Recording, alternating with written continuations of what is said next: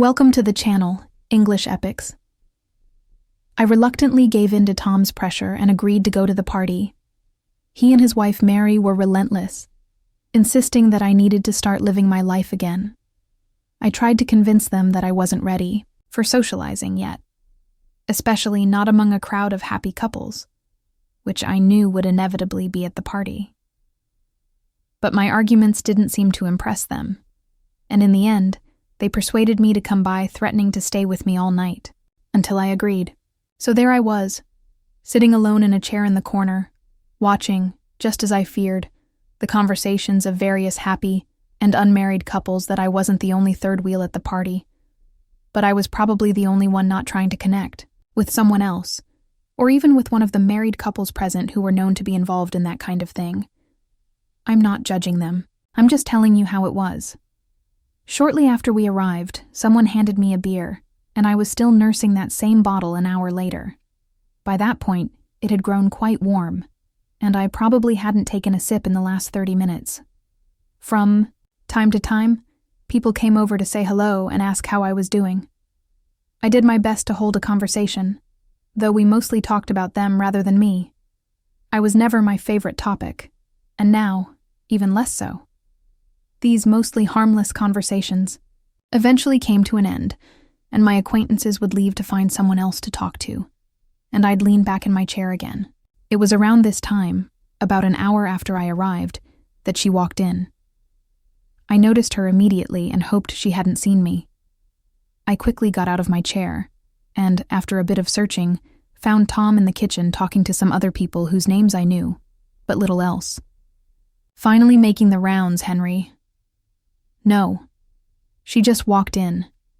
We need to leave. He knew exactly who I was talking about.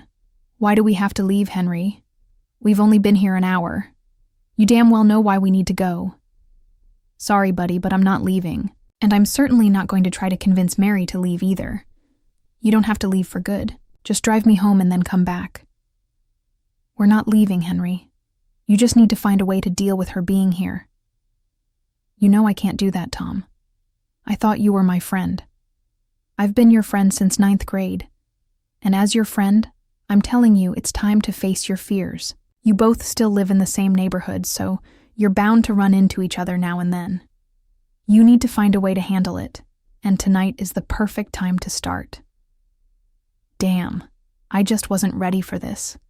In any case, I couldn't have had a good time.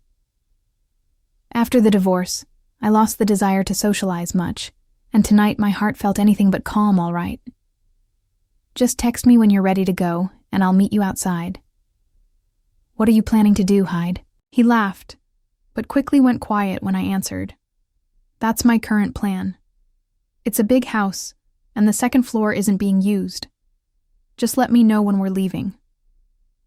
Tom just shook his head as I turned to leave and head upstairs. I glanced back quickly and saw that Connie was engaged in her own conversation with someone. So I slipped through the main room and went up the dark staircase, finally taking refuge in the guest room of Pete and Stella, the party's hosts. I pulled a chair up to the window and opened the blinds to look out into the night. It was a clear evening, and the moon was shining brightly in the sky. The moonlight, along with the surrounding light pollution, made it hard to see many stars, but a few were still visible. Yes, I felt like a coward, hiding out up here the way I was, but the divorce had hit me hard. I had always believed I would spend the rest of my life with a certain Constance Alicia Zimmerman, and I had always believed she loved me just as deeply as I loved her. The fact that I had been wrong on both counts wounded me to my core, and I still hadn't recovered, even 16 months after the final divorce. I wasn't really watching the clock, but it felt like a long time had passed, and I was waiting for a message from Tom saying it was time to leave. I knew my phone was working fine, but that didn't stop me from checking it every couple of minutes, just in case.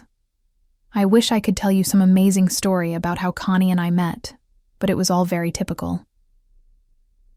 We lived in the same dorm during our freshman year of college and met at some kind of group meeting. Neither of us was looking for anything serious at the time, so we were seeing other people as well.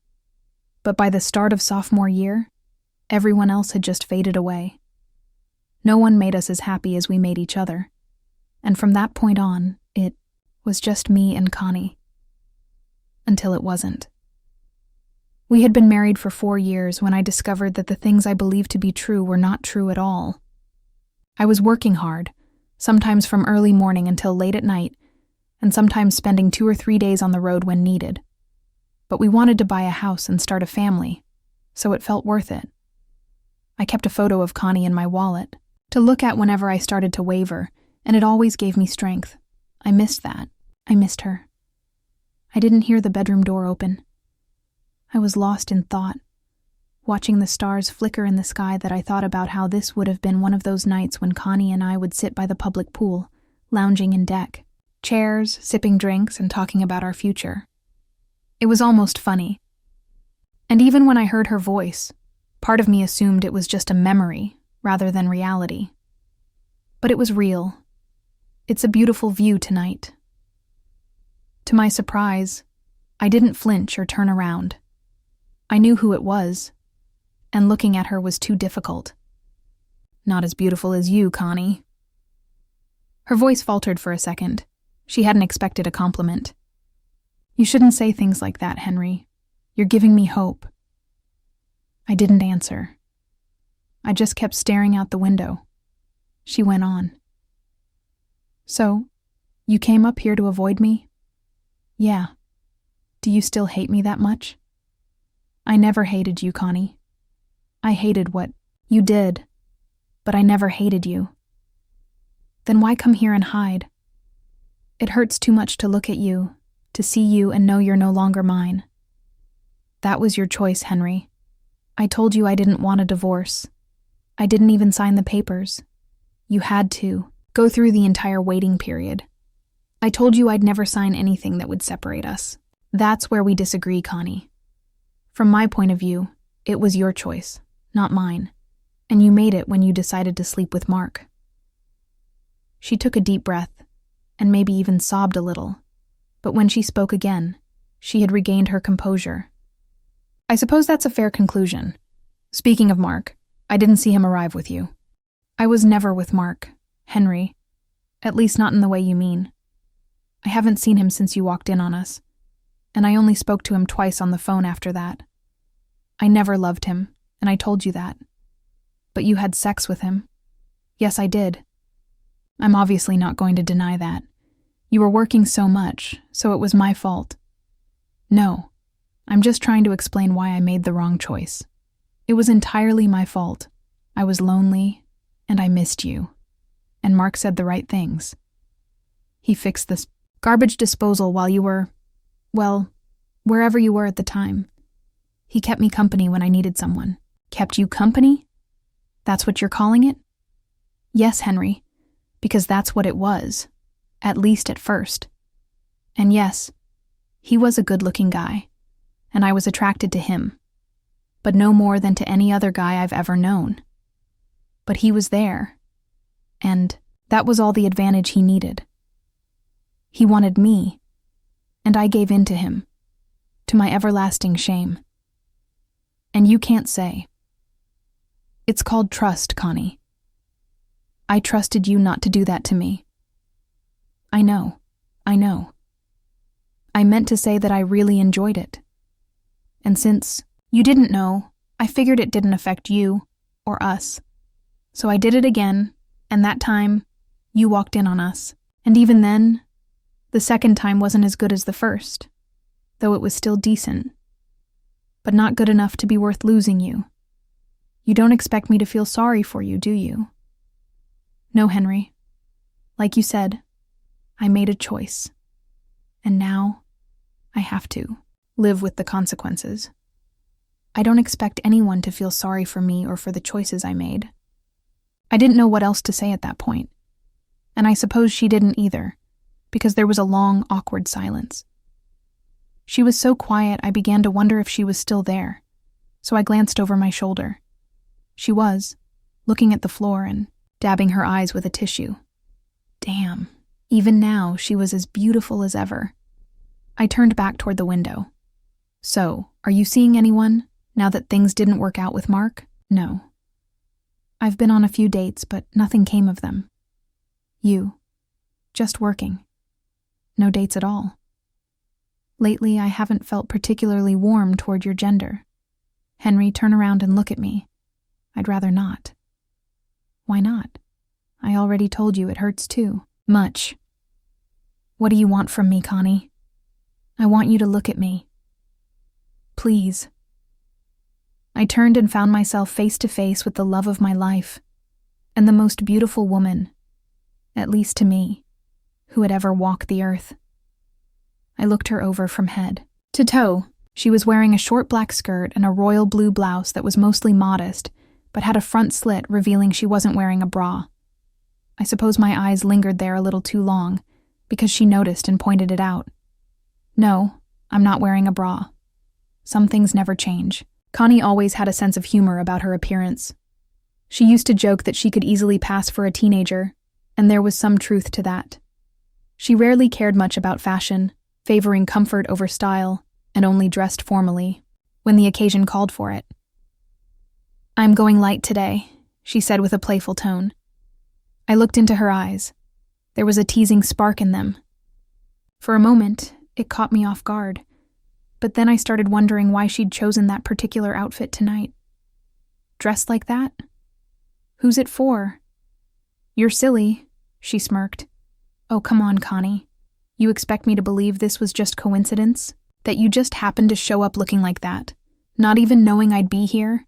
You really think I'm that naive? Henry, I knew you'd be here, she said, stepping closer. Why do you think Tom and Mary were so determined to get you out tonight? And how do you think I knew exactly where to find you hiding? My jaw dropped as I realized the scheme that had lured me into this emotional trap. They had really gone out of their way to make sure I came tonight. On other occasions, they had tried to get me to go out, and I always refused, and eventually, they gave up. But tonight, they wouldn't take no for an answer. So this was all just some big setup. For what? What on earth do you want from me? I want a chance. Henry, a chance? What do you mean by that? I came here hoping for two things. First, I want you to take me upstairs and be with me. Call it making love. Call it what you want. No strings attached. You're the only man I've ever truly loved, and it tears me apart every day knowing you weren't the last man I was with. I want this. I need this. I want to feel like I still belong to you, even if it's just for tonight. I couldn't dismiss the plea in her request, but I doubted it could really be as unconditional as she claimed. And the second thing, I want another chance. If you want to be with me tonight and have that be the end of it, I'll understand. It's okay. I don't want that, but I'll take it. I'm still the woman you once fell in love with, the one you asked to spend her life with you. And maybe now you've grown a little wiser and more mature, but I believe there's still something between us. So I'm asking if we can try again. I'm not asking you to take me to court tomorrow and marry me all over again. But you still love me. I know you do. And I still love you more than anything. I made a mistake, yes, but I think it would be a tragedy to destroy what could still become a beautiful marriage because of it. I walked up to her until there were only a few inches between us. We didn't say a word, just looked into each other's eyes. In that moment, everything was understood without speaking. I touched her hand, and she shivered slightly, as if her whole body responded to the contact. Did you get ready for this meeting? I asked with a soft smile. I knew you'd be here, she replied quietly, and I wanted you to feel how much I've missed you. She stepped closer, and our lips met in a kiss that instantly took us back, to a time when everything was still whole. Her touch wasn't rushed, just sure, full of longing and memory. We moved together in sync, as if we had never been apart. Her clothes slipped to the floor with ease, and soon my hands were tracing familiar curves. We moved to the bed and lay down, side by side, savoring the silence, one that carried more meaning than any words could. We became one again. Bodies, breath, desire. Later, lying together, she whispered, "It's been so long since I felt like I belonged to you." We lay in each other's arms, sharing warmth, memories, and that rare moment when time seems to stop, and everything broken feels whole again, if only for a while. Thank you, Henry. You'll never know how much this meant to me. Is there a chance that, well, the second thing? I'm still not sure about that, Connie. But let me ask you something. Did you drive here tonight? Yes, just in case. If things didn't go well and I needed to leave. Then I think we should talk about it a little more. But I believe we should do that back at our apartment. Our apartment? Well, technically it's mine now until we bring your things back. You're serious, baby? Please don't play with me, because if you don't tell me you're joking, I'm showing up at your door with my stuff tomorrow. I'm completely serious. I'll even help you move in, but we still need to talk about that second chance. I smiled at her, and she smiled back. Finally, everything felt right again. I had never stopped loving her, never stopped wanting her. We lingered there for a few more minutes before we managed to get up and find our clothes. We walked out of the bedroom hand in hand. Just before we left, I spotted Tom talking to a couple of people at the bottom of the stairs. I walked over and whispered in his ear, "You bastard. I'm never going to forgive you for this." He just turned and looked at me, then at Connie standing beside me, and then back at me again. "Yeah, I'm sure you will. That'll be a terrible punishment for me. Are we still going bowling tomorrow night?" "Yes. Bring Mary so we can play mixed doubles." "Sounds good. Let me know if you need help getting Connie's things back in place." I turned and looked at him. How the hell did he? I know you better than you know yourself, damn it. Just call me, and we'll get her stuff moved. All I could do was smile and nod. I took Connie's hand, and we walked to her car. Thank you for being with us. And if you're one of those who watches silently, just leave a like. It helps new stories come to light.